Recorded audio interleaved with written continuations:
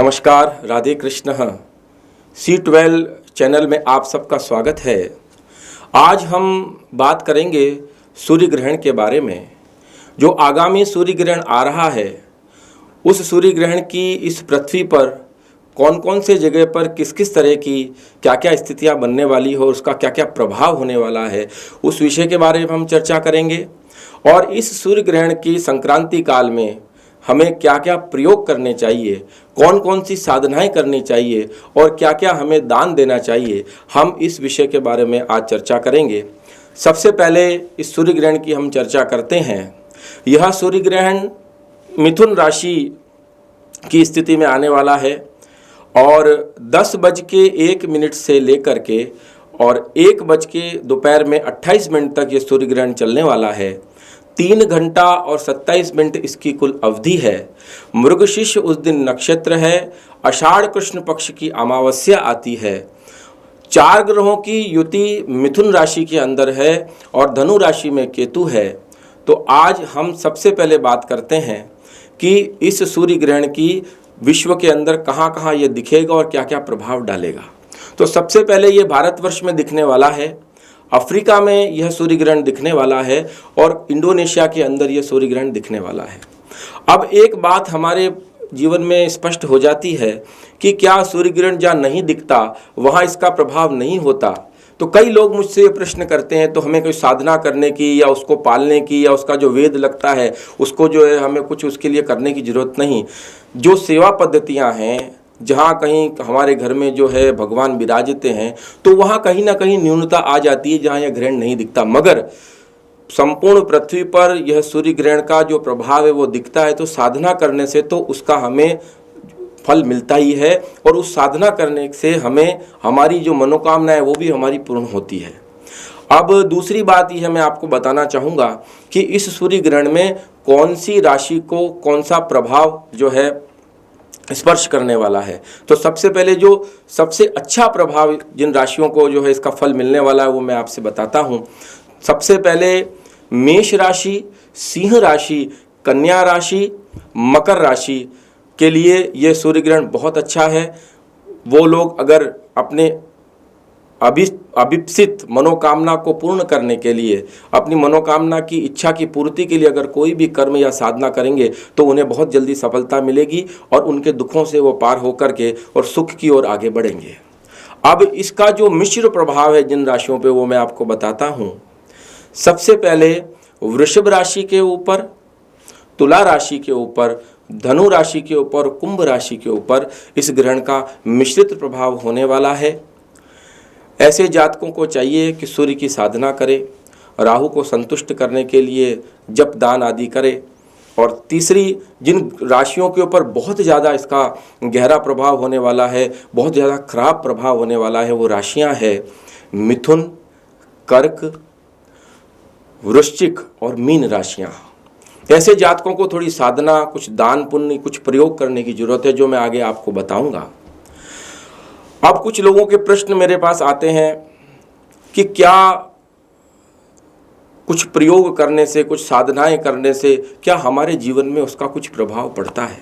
आज आप देखिए 2020 में 6 ग्रहण एक साथ आकर के जब खड़े हुए तो पूरी पृथ्वी के अंदर आप देखिए कि राहु का प्रभाव संपूर्ण रूप से व्याप्त हो गया। कहाँ से ये कोरोना नाम की बीमारी आई, कहाँ से ये वायरस आया, हमें कुछ पता नहीं। और कितने ही लोगों को संक्रमित करता हुआ, कई लोगों को ये जो है इसने प्राणों का उत्सर्जन कर दिया। कई लोग अपने जो है जान को गंवा बैठे। कई लोग आज भी इससे प्रभावित हो रहे हैं और ये संक्रमण फैलता जा रहा है। तो राहु और केतु को छाया ग्रह कहा जाता है कि जब समुद्र मंथन हुआ उस समय देवता और दानव दोनों ने समुद्र मंथन किया उस अमृत कलश को पाने के लिए, जिसको पाने के बाद, जिसका सेवन करने के बाद, उस अमृत को जो पीने के बाद जो है सभी लोग अमर होने की स्थिति में पहुंचने वाले थे। तो समुद्र मंथन जब किया गया तो उसमें से सभी सामग्रियां बाहर निकली और अंत में धन्वंतरी नारायण अमृत कलश लेकर के जब बाहर आए, उस समय उनके हाथ में अमृत कलश देख करके दानव थे उस अमृत कलश को लेके भाग गए। जब दानव उस अमृत कलश को लेकर के भागे तो देवताओं में हाहाकार मच गया। भगवान विष्णु के पास सब गए और भगवान विष्णु से कहा कि प्रभु, दानव उस अमृत कलश को लेके भाग गए, अब हम क्या करें? आपने आज्ञा दी थी कि समुद्र मंथन करो और हमने दानवों की संधि को स्वीकार करके दोनों ने मिलकर समुद्र मंथन को किया।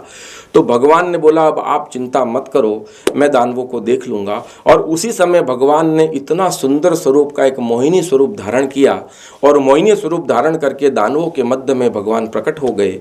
मोहिनी का स्वरूप देख करके इतने दानव प्रसन्न हो गए कि उसके उस स्वरूप पे वो रीझ गए।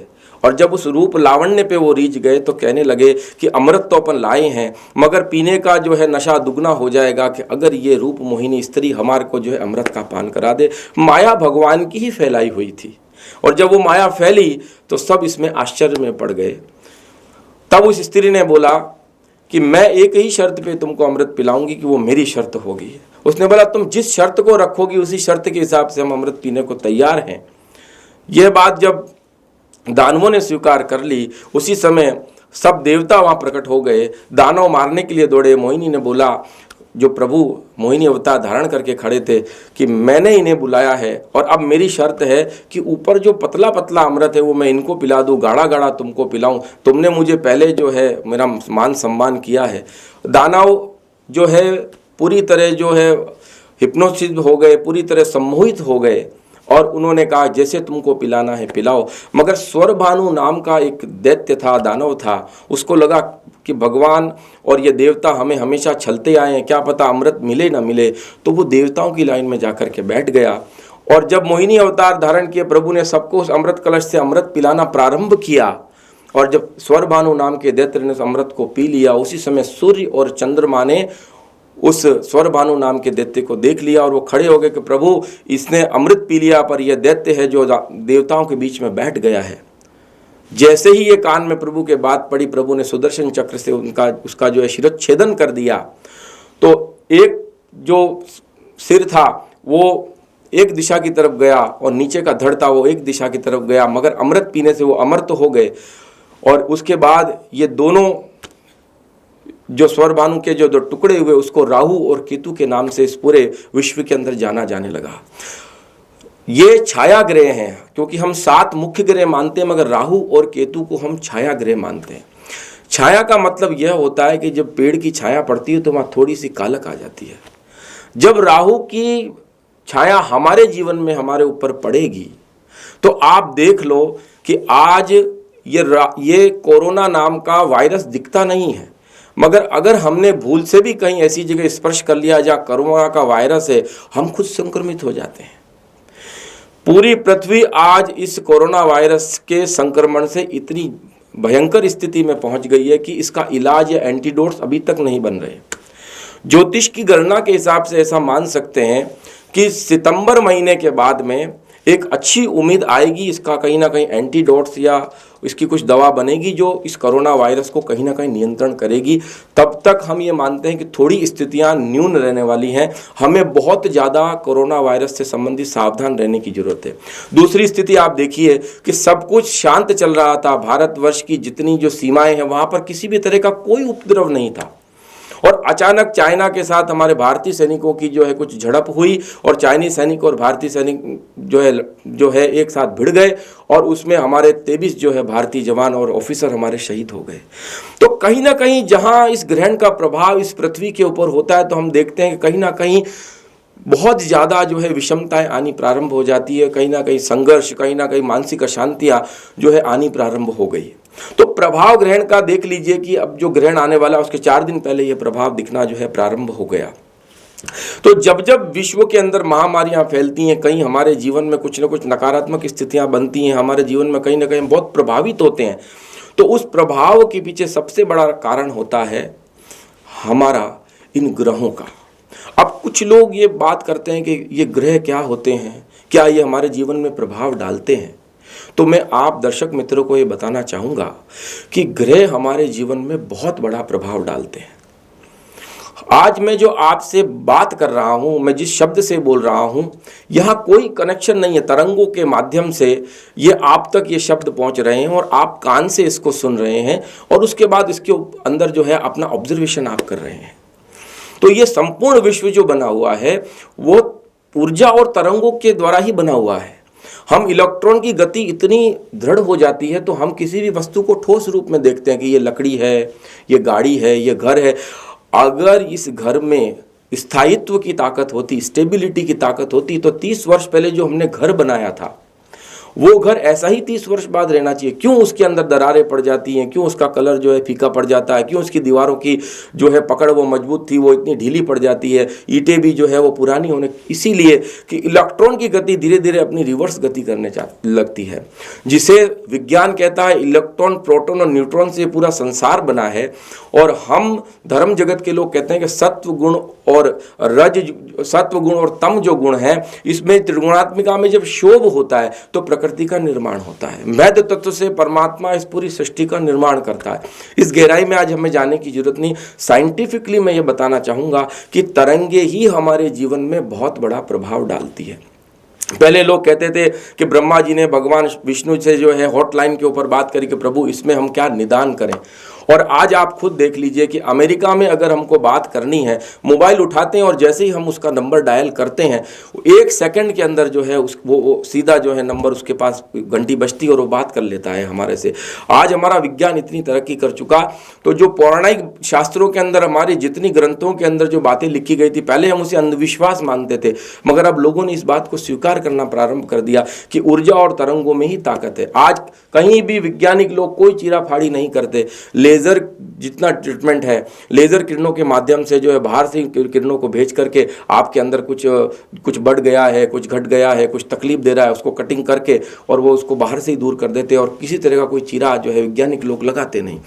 विज्ञान आज अंग प्रत्यारोपण की तरफ भी बढ़ता चला जा रहा है। तो आज हम ये मानते हैं कि गणपति जी का जो गज का सिर लगाया गया था भगवान शंकर के द्वारा, तो आज हम मिथ्या मानते थे, मगर आज विज्ञान ने सब जो है प्रूफ कर दिया कि जो है आपकी बॉडी के अंदर जितने अंग हैं वो जब ट्रांसप्लांट हम कर सकते हैं, उस अंग प्रत्यारोपण हम कर सकते हैं, इसकी बात की सिद्धि होने लगी। अब मैं आपसे बात करता हूं कि ये तरंगे हमारे जीवन में कैसे प्रभाव डालती हैं। आप देखिए कि जब हम किसी व्यक्ति को बड़े प्यार से बुलाते हैं, आइए आपका स्वागत है, बैठिए, क्या होता है? एकदम आपके अंदर आपको लगता है वाह, इस व्यक्ति ने मेरा सम्मान किया, आप खुश हो जाते हो।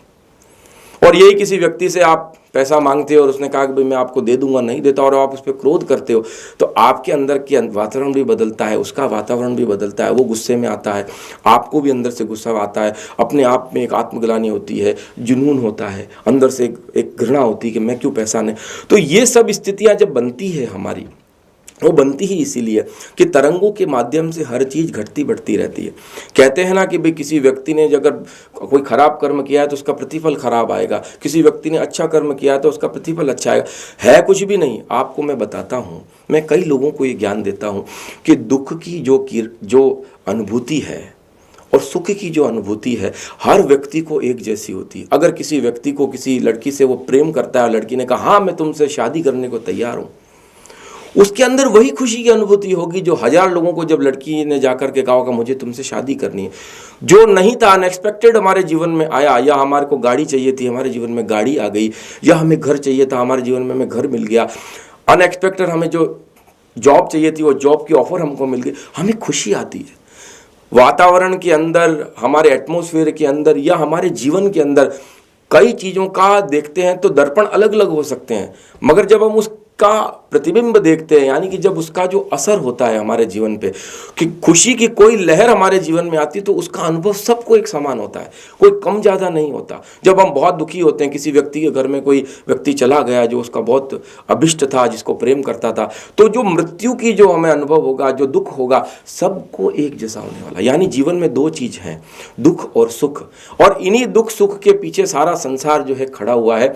हर व्यक्ति चाहता है कि मैं सुखी हो जाऊं, हर व्यक्ति चाहता है कि मेरे जीवन में कभी दुख ना आए, मगर जब दुख आता है तो वो कहीं ना कहीं किसी ज्योतिष के पास जाता है, किसी धर्मगुरु के पास जाता है, या किसी सिद्ध स्थान पे मंदिर में जाता है, और या कहीं वो अपनी साधनाओं को प्रबल करता है कि मैं इसमें से बाहर निकल जाऊं।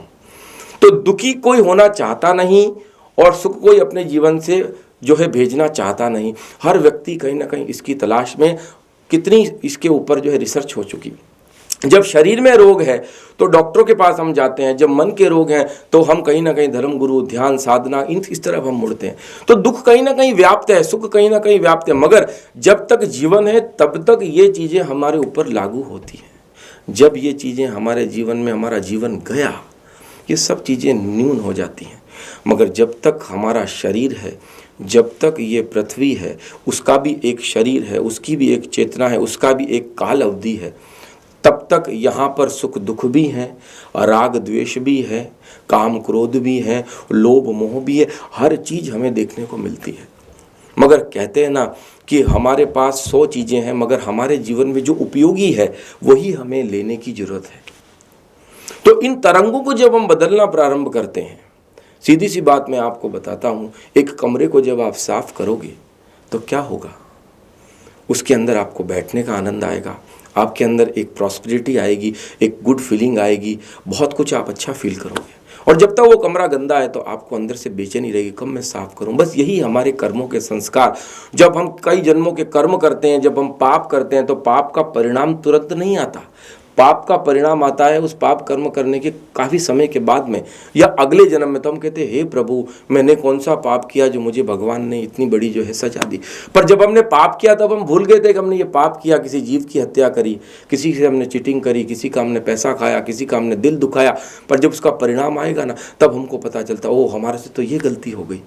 और परिणाम आता है तो फिर हम उसके पीछे कहीं ना कहीं उस प्रायश्चित कर्म को करने के लिए लग जाते हैं, या उस कर्म को दूर करने के लिए हम कहीं ना कहीं उपाय करते रहते हैं। क्योंकि जहाँ अंधकार है हमारे जीवन में, वहाँ प्रकाश को लाने की जरूरत है। राहु एक छाया ग्रह है, केतु एक छाया ग्रह है, और राहु की शांति, राहु के दान पुण्य करने से ही राहु इस हमारे को जो है उसका निदान दे सकता है। राहु को अगर आप ये मान लेंगे कि ये पाप ग्रह है और इसकी आपने अवज्ञा कर दी, आपने इसकी अवहेलना कर दी, तो आप पछताओगे। किसी भी व्यक्ति से अगर आप प्रेम करोगे, चाहे वो दुश्मन भी है, तो एक दिन आकर के आपसे माफ़ी मांगे और कहेगा कि तेरे प्रेम के आगे मैं कायल हो गया और आज मैं तेरे आगे झुक गया। ये हमारे जीवन का सत्य है। हमें हमारी बुद्धि जो हमें परमात्मा ने दी है, उस बुद्धि का हमें काम लेना है, क्योंकि वो बुद्धि ही परमात्मा के वहाँ ही बैठा है, उस बुद्धि के अंदर, कि क्या चीज़ हमारे द्वारा ग्रहण करने योग्य है और क्या हमारे द्वारा त्याग करने योग्य है। ये चीज़ें हमें हमारे जीवन में मिलती हैं। तो अब हम उन चीज़ों के बारे में बात करेंगे कि क्या साधनाओं को करने से, क्या कुछ ऐसे उपायों को करने से हमारे जीवन में परिवर्तन आता है। जी हाँ, दान पुण्य करने से, साधना करने से, गुरु मंत्र को जपने से, मंदिर में जाने से हमारे जीवन में निश्चित परिवर्तन आता है। जब आप पॉजिटिव एनर्जी के साथ में रहोगे, पॉजिटिव ऊर्जाओं के साथ में रहोगे, आप अपने आप को पॉजिटिव फील करेंगे। आप जब शमशान में जाकर के बैठोगे तो आप वहाँ पॉजिटिव फील करने वाले नहीं। क्यों? क्योंकि वहाँ मरणासन व्यक्तियों की जो है लाशें जलती हैं, वो देह वहाँ जलती है, तो आपके अंदर भी वो नेगेटिविटी का संचार होगा। एक संत कहीं भी जाए तो वो अपनी तरंगों से उसको पॉजिटिव कर सकता है, मगर एक सामान्य मनुष्य के लिए तो 2 वक्त की रोटी, अपने परिवार का पालन पोषण और उसकी भौतिक सुख सुविधाएं उसको मिल जाए, वो सारी जिंदगी उसी चीज़ के लिए संघर्ष करता है। और मैं लोगों को भी यही कहता हूँ कि एक धर्म गुरु, एक ईश्वर और एक इष्ट में जिसकी निष्ठा होगी, वो जीवन में बहुत आगे बढ़ता है। जिस तरह एक घर में 2 पत्नियां नहीं रह सकती, इसी तरह एक घर में जो है 2 शक्तियां नहीं रह सकती। शक्तियां कब निवास करती है कि सर्वदेव नमस्कारम केशवम प्रति गच्छति। आप एक को इष्ट मानो और सबका सम्मान करो। जैसे एक पत्नी जब शादी करके अपने घर में आती है, ससुराल में आती है, तो पति को वो मुख्य अपना इष्ट मानती है, और उसके साथ जितने काका ससुर हैं, उसके देवर हैं, उसके जितने जो है उसकी नणंद है, उन सबको वो सेकेंडरी मानती है, पर मानना तो उसको पड़ता है। ऐसे ही हमें किसी भी धर्म से या किसी भी इष्ट के प्रति या भगवान के प्रति वैर नहीं रखना है। सबके प्रति सम्मान भाव रखो, सबके प्रति आदर भाव रखो, तो आप साधना में आगे बढ़ोगे। हम आज तक जीवन में आलोचना ही करते आए हैं, हमने उसके निदान नहीं किए, नियम नहीं बनाए। आज हम भारत के अंदर इतनी पौराणिक विद्याएं हैं, इतनी गूढ़ रहस्य छुपे हुए हैं, अगर हम उसको जानेंगे ना तो वो एक ही चीज़ के द्वारा जाना जा सकता है, वो है मंत्र विज्ञान। और वही मंत्र जब हमारे जीवन में ध्यान बनता है ना, तो हमारे जीवन में बहुत बड़ी क्रांति घटती है। और जब ये हमारे जीवन में इतनी बड़ी क्रांति घटेगी, तभी हम जीवन में कुछ जान पाएंगे। आप देखिए कि कोरोना की जो महामारी अभी आई है, वैज्ञानिक लोग पूरी तरह उस शोध के अंदर डूबेंगे और डूबने के बाद में कहीं ना कहीं वैक्सीन को निकालेंगे। वो वैक्सीन आएगी कहाँ से? क्योंकि जब आपकी बुद्धि को आप जोर देते हो तो वो इंटरकनेक्ट हो जाती है नेचर से, और नेचर ही उसको रास्ता देती है कहीं ना कहीं। तो बुद्धि सद्बुद्धि बने उसके लिए ही तो सत्संग होता है, बुद्धि सद्बुद्धि बने उसके लिए ही तो सुख दुख से पार जाकर के हम अपने आप को स्टेबल कर पाते हैं। क्योंकि बुद्धि हमारे पास है, वही तो मन को देखेगी, मन भटक गया उसको फिर लेकर के आएगी स्थिरता की। जानने की चीज़ें हमारे जीवन में बहुत कुछ है, मगर आज हम सूर्य ग्रहण से संबंधित जो बात कर रहे हैं, तो सबसे पहले मैंने बताया कि ऊर्जा और तरंगों के प्रभाव से ही हमारे जीवन में सुख दुख आते हैं। पॉजिटिव ऊर्जाएं कैसे आए उसके लिए मैं अब आपको बताता हूं कि सूर्य ग्रहण में हमें कौन कौन से प्रयोग करने हैं कि जिसके द्वारा हमारे जीवन में पॉजिटिव एनर्जी आए। अब सूर्य ग्रहण जब लगने वाला होता है उसके 12 घंटे पहले सूतक प्रारंभ हो जाता है। आपको कोई भोजन नहीं करना है, किसी तरह का कोई फलाहार नहीं करना है। अगर जो डायबिटीज़ के मरीज हैं, जो बुजुर्ग हैं, वो फलाहार ले सकते हैं, दूध पी सकते हैं। बाकी जो अग्नि के ऊपर बनी हुई चीज़ें हैं उसका आपको बिल्कुल त्याज्य कर देना है, अग्नि को प्रज्वलित नहीं करना है। और जब सूर्य ग्रहण लगता है उसके पहले अगर आप दान देना चाहते हैं तो सूर्य के दान के लिए आप गुड़ का दान कर सकते हैं और गेहूं का दान कर सकते हैं, वो आपके लिए बहुत श्रेष्ठ रहेगा। दूसरी बात, अगर आप बुध का दान करना चाहते, क्योंकि इस दिन सूर्य बुध चंद्र और राहु की युति मिथुन राशि में है, तो उस दिन अगर आप बुध का दान करना चाहते हैं तो हरे कलर के मूंग का आप दान करिए। चंद्रमा के दान के लिए चावल का दान सबसे श्रेष्ठ माना गया है। राहु के दान के लिए उड़द और तिल का जो दान है बहुत श्रेष्ठ माना गया है। तो ये सब दान आप कर सकते हैं। अभी जो समय चल रहा है उस हिसाब से आपको छतरी का दान भी बहुत श्रेष्ठ माना गया है, जूतों का दान श्रेष्ठ माना गया है, और कंबल भी आप दान करके के अपने आप को पुण्यशाली बना सकते हैं। मैं अपने दर्शक मित्रों को एक बहुत बड़ी बात बताना चाहता हूँ, जिनके जीवन में बहुत ज़्यादा कष्ट है, उनको लगता है कि नहीं हमें अब कहीं ना कहीं, क्योंकि इन ऊर्जाओं से आपके जीवन में आपके कर्म जो हैं, जो खराब कर्म वो दूर होते हैं। तो अपनी जितनी आपकी वजन है, आपका वेट है, उतनी आप कोई भी अन्न दान करें, गेहूं या चावल। आपको अपनी राशि देखनी है किस राशि की ओर है, तो गेहूं या चावल अपने वजन के हिसाब से उस दिन आपको दान करना है। पर जब ग्रहण लगता है उसके पहले वो सब चीज़ें किसी, या तो किसी बहुत गरीब व्यक्ति को आप दान कर दें या मंदिर में ले जाकर के वो सारी सामग्री आप दान कर दें। इसके बाद मैं आपको प्रयोग बताता हूँ कि ग्रहण काल में आपको क्या करना। जब आपके घर में ग्रहण लगे उस समय आप काले कलर के तिल लेकर के आइए और सारे घर में उस तिल को प्रभु से प्रार्थना करिए कि हे प्रभु, आपने मुझे बहुत कुछ दिया है, आपकी कृपा मुझ पे हमेशा बनी रही है और इसी तरह आपकी कृपा जीवन भर मुझ पे बनी रहे। बस यही मैं आपसे प्रार्थना करता हूँ। और ये जो तिल है सारे घर में बिखेर रहा हूँ, इस घर के सारे नकारात्मक ऊर्जाएं, नेगेटिव वाइब्रेशन दूर हों और मेरे घर के अंदर सुख संपत्ति, ऐश्वर्य और वैभव का मेरे घर में जो है पदार्पण हो जाए और वो बना रहे चिरकालीन सदा सर्वदा। ये मैं आपसे प्रार्थना करता हूँ। और जब आप उन सारे तिलों को पूरे घर में बिखेर दें और ग्रहण काल जब पूर्ण हो, झाड़ू से उन सारे तिलों को आप इकट्ठा कर लें, काले कलर के काले कपड़े में उसको डाल करके किसी भी जलाशय में या नदी में उसको प्रवाहित कर दें। दूसरा प्रयोग करना है, जब ग्रहण लगे तो 11 लौंग और 5 टुकड़े कपूर के लेके एक मिट्टी के दीपक में उसको डालिए और उसको प्रज्वलित कर दीजिए और प्रभु से प्रार्थना करिए कि इसके घर में जो भी नकारात्मक शक्ति हो, जो भी वाइब्रेशन हो, दूर हो और इस घर में आपका वास हो और आप अपने परिवार के सहित विराजमान हो। तीसरा प्रयोग आपको करना है, काले कलर की मिट्टी की मटकी लेकर के ईशान कोण में आपको रखना है, इसी भाव से कि प्रभु जैसे इस जल में शीतलता है, निर्मलता है और दूसरों की प्यास बुझाने की क्षमता है, ऐसे ही इस घर के अंदर जो है शीतलता रहे, निर्मलता रहे, घर के अंदर प्रॉस्पेरिटी रहे। इसी भाव से ईशान कोण के अंदर उत्तर और पूर्व के कोने में उसको रख देना है। ग्रहण काल जब पूर्ण होता है उसको ले जा करके या तो मंदिर में या किसी जरूरतमंद व्यक्ति को आपको वो दे देना है।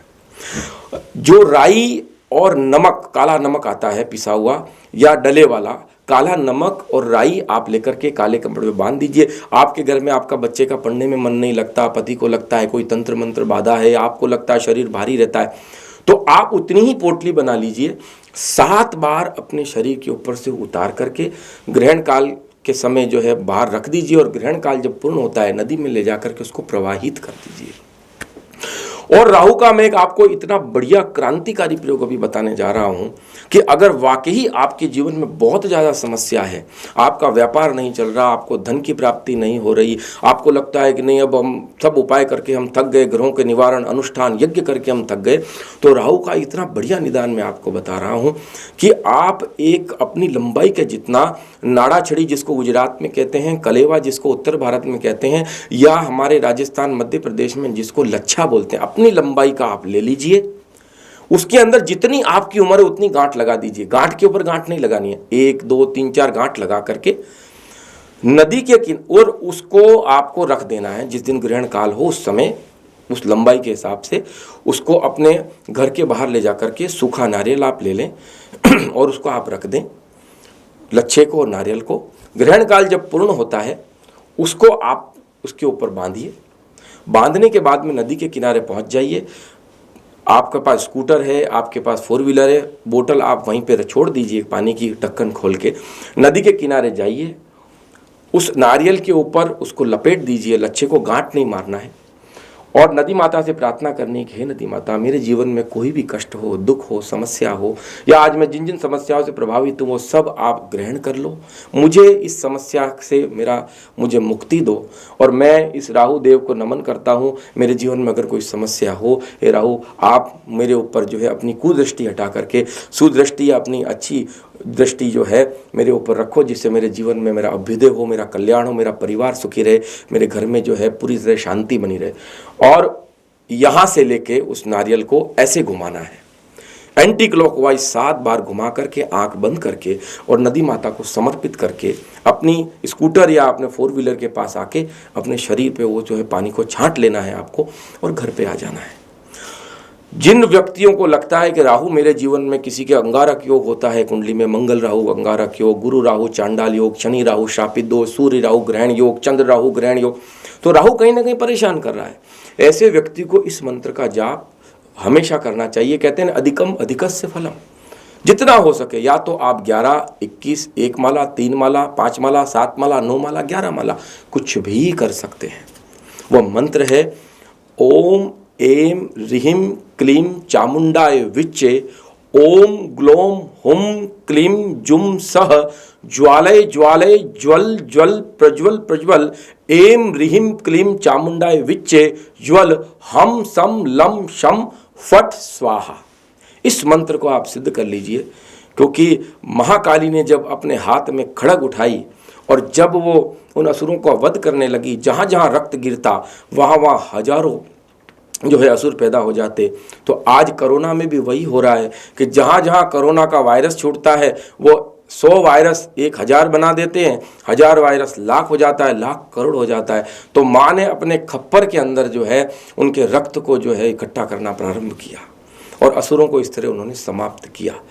तो शक्ति स्वरूपा जो होती है वो राहु के निदान में आपको बहुत बड़ा मदद करती है। उसके अलावा मैं आपको एक बहुत क्रांतिकारी प्रयोग बताता हूँ राहु का, कि आप शंकर के शिवलिंग के ऊपर अगर काले कलर के तिल चढ़ाते हैं, ओम नमः शिवाय का जाप करते हैं। ओम नमः शिवाय जो ब्राह्मण हैं उनको जाप करना है, जो ब्राह्मण नहीं है नमः शिवाय का आपको जाप करके और शंकर के ऊपर जो है काले तिल आपको चढ़ाने हैं। ये तो हमने राहु के प्रयोगों की जो है बात कर ली। अब जिसको सात्विक साधनाएं करनी है, जिनको घर में बैठ करके महा परम्बा भगवती राजेश्वरी की कृपा प्राप्त करनी है कि घर में हमारे खूब बड़ी बड़ी इंडस्ट्रियां लग जाए, घर में हमारे घर में दशविध लक्ष्मी का वास हो जाए, दशविध लक्ष्मी हमारे घर में रहे, उसके लिए मैं आपको बहुत अच्छा प्रयोग बताता हूँ कि जब सूर्य ग्रहण होता है उसके पहले किसी भी ब्राह्मण से श्री यंत्र को आप सिद्ध करवा के ले आइए और उसके पीछे महालक्ष्मी की आप फोटो रखिए, और जब ग्रहण काल प्रारंभ होता है तो घी का दीपक जला करके उनको भोग लगा करके उस महालक्ष्मी जी के श्रीयंत्र के सामने आप बैठ करके और आप जो है आसन के ऊपर इस मंत्र का आप जाप करिए कि ओम श्रीं ह्रीं श्रीं कमले कमलालये प्रसीद प्रसीद, ओम श्रीं ह्रीं श्रीं महालक्ष्मये नमः। या छोटा मंत्र किसी को चाहिए तो ओम ह्रीं महालक्ष्मये नमः। इसकी आप 1 माला, 3 माला, 5 माला, 7, 9, 11 विषम संख्याओं में कोई भी माला का आप जाप कर सकते हैं। तो ये आपको निरंतर जाप करना है उससे आपके घर में बहुत ज़्यादा लक्ष्मी का वास रहेगा और घर की में साधना करने से घर का वातावरण भी पवित्र रहेगा। मगर ये करने से पहले ओम गंग गणपते नमः की एक माला अवश्य कर ले। गणपति जी को विघ्नहर्ता सुखकर्ता कहा गया है, तो गणपति जी को आप याद कर लें। अब सूर्य ग्रहण काल में हमें कौन कौन सी साधनाएं करनी है जिससे हमें उसका पूर्ण रूप से फल प्राप्त हो। जब सूर्य ग्रहण लगता है तब आप नीचे कोई भी तौलिया, गमछा या तैमंत जो होता है, कोई भी कॉटन का पहन के आप छत पे 2 लोटों के अंदर, तांबे के लोटों में पानी लेकर के और एक लोटो में 21 लाल मिर्च के बीज, दूसरे लोटों में तिल, ये दोनों चीज़ें डाल करके आप छत पे चले जाइए। ऊपर का अंग आपको निर्वस्त्र रखना है। जब आप लोटे के अंदर जो एक लोटा है जिसमें काले तिल आपने डाले हैं, सूर्य नारायण को स्मरण करिए कि मैं आज आपकी साधना कर रहा हूँ, मेरे जीवन में इस साधना के द्वारा सब तरह से जो है अभ्युदय की प्राप्ति हो, मनोकामनाएं सिद्ध हो, मेरे जीवन में जो है मैं बहुत अपने जीवन में खूब सुख समृद्धि से आगे बढ़ूं और मेरा परिवार सुखी संपन्न और शांति भाव से हमारा जीवन आगे बढ़ता रहे, ये आप आशीर्वाद दीजिए। तो जब उस जल को अपने पूरे शरीर में जो तिल डले हुए हैं अपने शरीर पर डाल लीजिए और उसके बाद आपको सूर्य भगवान को 21 लाल मिर्च के बीज जो उस लोटे में डाले हैं जल के साथ, उसको सूर्य को अर्घ देना है और ये बोलना है ओम गृणी सूर्याय नमः, ओम गृणी सूर्याय नमः, ओम गृणी सूर्याय नमः। इस मंत्र का जाप करते करते सूर्य भगवान को आपको अर्घ देना है। आप आसन लेकर के छत के ऊपर वहीं बैठ जाइए।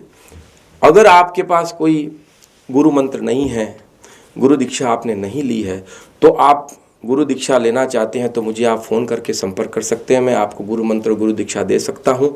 और अगर आपके गुरु हैं तो आपको उस गुरु मंत्र का जाप करना है, मगर उसके पहले ओम गंग गणपते नमः का जाप करना है 1 माला, और सूर्य की आपको 1, 3, 7, 9, 11 जितनी माला आप कर सको वहाँ बैठ के जब तक आपको लगे कि शरीर में गर्मी नहीं लग रही है तो आप ओम गृणी सूर्याय नमः की आप माला करते रहिए।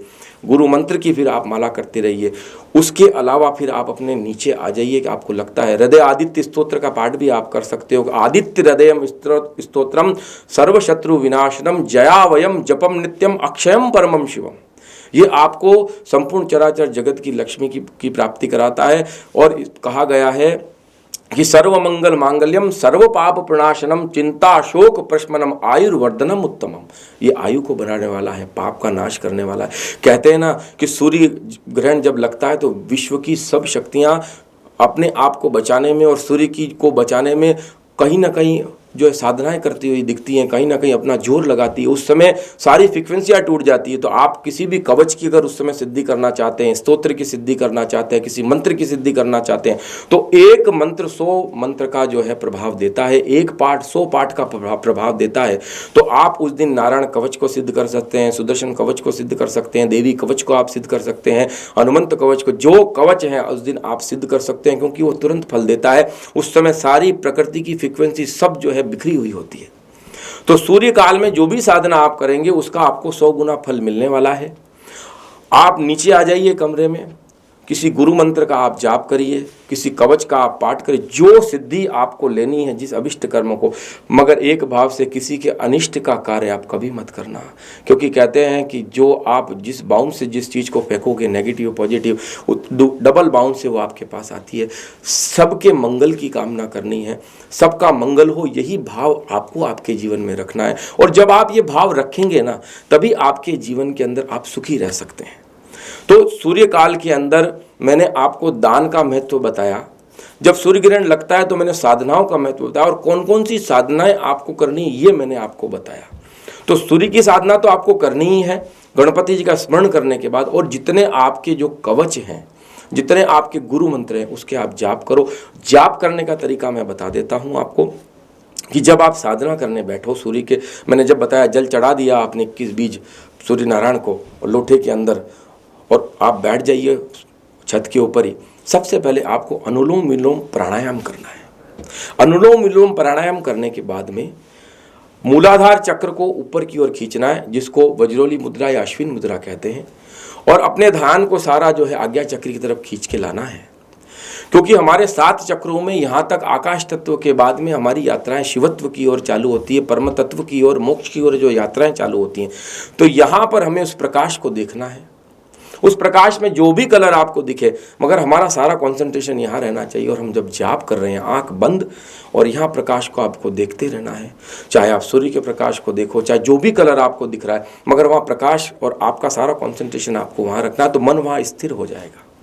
और आप उस जाप को करते रहिए, करते रहिए, करते रहिए, और आपका मन भी स्थिर होगा, विचार स्थिर होंगे, और आपके अंदर जो है पॉजिटिव ऊर्जाएं बढ़ना प्रारंभ हो जाएगी। तो ये सूर्य ग्रहण जो आ रहा है, साधनाओं की दृष्टि से, दान की दृष्टि से, और कई कुछ ऐसे प्रयोग हम कर लें जिससे हमारे जीवन में हमारा परिवार सुखी संपन्न हो जाए, उसके लिए बहुत श्रेष्ठ समय है। मैं आप सबके मंगल की कामना करता हूँ, और एक बार पुनः श्री गुरु डॉक्टर आनंदमय की तरफ से आप सबका खूब खूब मंगल हो और परमात्मा आपको खूब सुखी रखे। इसी मनोकामना के साथ मैं अब विदा लेता हूँ। सबको राधे कृष्णा, नमस्कार, जय श्री कृष्णा। दोस्तों, आपको अगर हमारा चैनल अच्छा लगता है तो उसे लाइक करें, सब्सक्राइब करें, शेयर करें, और हाँ, फेसबुक और इंस्टाग्राम पे हमें फॉलो जरूर करें।